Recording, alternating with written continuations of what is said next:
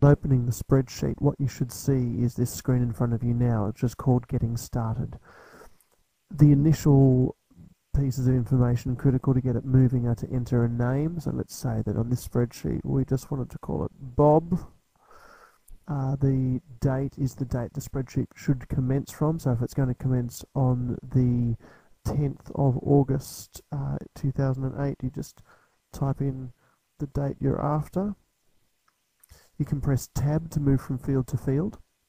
The number of days between pays, if you're paid once a month, it's 30.5. If you're paid once every 4 weeks, it's 28, fortnight 14, a week 7. So you enter that number in there. Now there's the 2 steps to get moving. One is to now break up your income into various categories in your life, and the second is to set up the pay period. This is the button we click to break the pay up. Takes us to this screen where you can have up to 20 different types of expenses in your life. They could typically be things like your mortgage. They might be something like petrol. We'll just put in 4 for now. Food. Actually, put in 5. Insurance.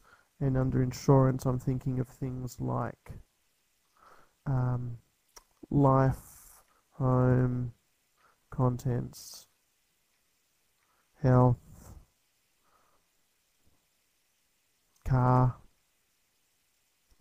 whatever they happen to be. And then it's really important that at some point you have some category for saving. So you enter your expense types. You need to break up your pay, but you need to know how much should go into each category. So to do that step, you have to enter in the different sources of income that you've got. So if you've got salary 1, you could give it your name, whatever it happens to be. And let's say that this was a 4-weekly setup we've gone for here. So 4-weekly, you bring home $5,000. And it might be that there's another salary from a partner, which brings in $3,000. It then calculated for you is your total income there, and underneath it the amount of money you still have not allocated. So at the moment we haven't allocated anything, so the entire amount remains to be allocated. Annual cost is useful if you to get moving. It's a good idea to grab all your old bills and say, all right, my insurance, by the time I add up my life, my home, my contents, my car, let's say it adds up to $2,800 a year. If you type that figure in and press enter, it then tells you what that translates to as a weekly, fortnightly, 4-weekly or monthly cost to help you anticipate it. So if I know that I'm going to spend $2,800 a year and I'm paid once every 4 weeks, that means $215 per cycle needs to go into that category. I know that my mortgage is monthly, so let's say I have to pay $1,500 a month. Technically you should do a bit of maths on that and divide that by 30.5 and multiply it by 28 to work out what that monthly payment comes to when you're paid 4-weekly. You could just divide it by 12 and multiply it by 13. Petrol, let's say every 4 weeks, I know I spend $350 on petrol. It's telling you this whole time what remains to be allocated. Food is going to cost me $900 per cycle, and then once the money is broken up, whatever remains needs to go into savings.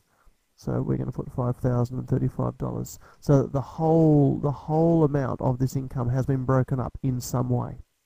So by naming the categories and breaking up the amounts that are paid into each one, we are now ready to start that first pay cycle. So I'm going back to getting started.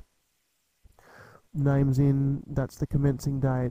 Days between pays, I've broken up my income, I'm ready to set up my first pay period. This will delete anything that's been done before, so it's important to know that you really want to do it. I'm clicking that button and there's a "Are you really sure?" screen just to make sure. Yes, I am. I'm going to make a new budget.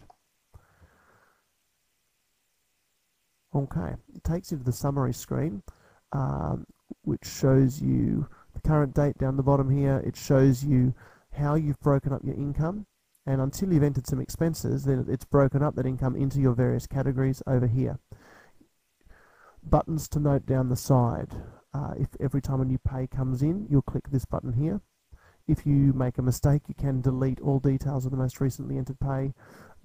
If you want to ever go back and re-break up your split, you do that in here. If you want to analyze the split to work out if it's broken up correctly, you do that here. They're the main ones you need to know about for now.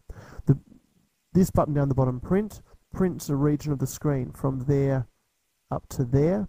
We print it out for you so you can stick that on the fridge, and the idea is that every time money is spent, you keep each receipt, keep a note of everything, and you just write it up, just the amount, whether it was petrol, food, whatever it happened to be, you just write up the amount. That's all for this video. The second video looks at details about entering expenses in, and the third video looks at how you go about analysing your income split.